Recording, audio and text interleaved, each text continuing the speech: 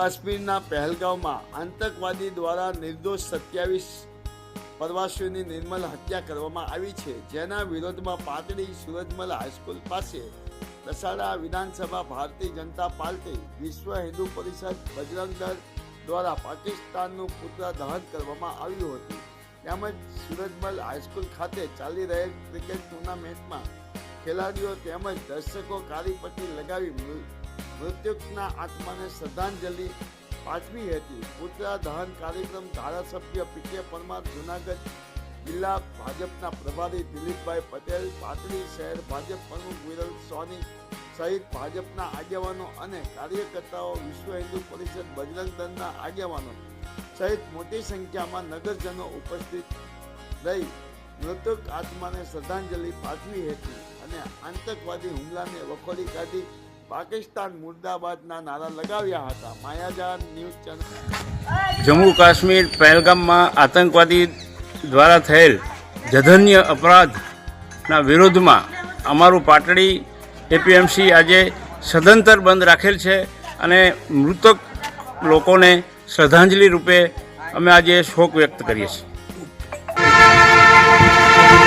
ગત 22મી એપ્રિલે જમ્મુ કાશ્મીરની અંદર પહેલગામમાં નિર્દોષ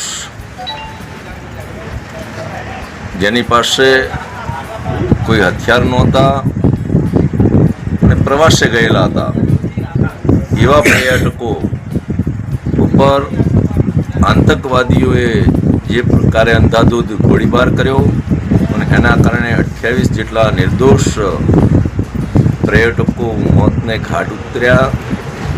એમાંય ગુજરાતની અંદર એક સુરતના, ભાવનગરની અંદરના 2 પિતા પુત્ર એમ ગુજરાતના 3 પર્યટકો હતા. આતંકવાદીએ જે આ હુમલો કર્યો છે એના વિરુદ્ધમાં સમગ્ર દેશ આતંકવાદીને તાત્કાલિક ધોરણે પકડવામાં આવે, એમના પર એક્શન લેવામાં આવે એ ઈચ્છી રહ્યો છે. દેશના પ્રધાનમંત્રી નરેન્દ્રભાઈ મોદી એ પણ એના ઉપર સખતમાં સખત કાર્યવાહી કરવા માટેના નિર્ણય લીધા છે.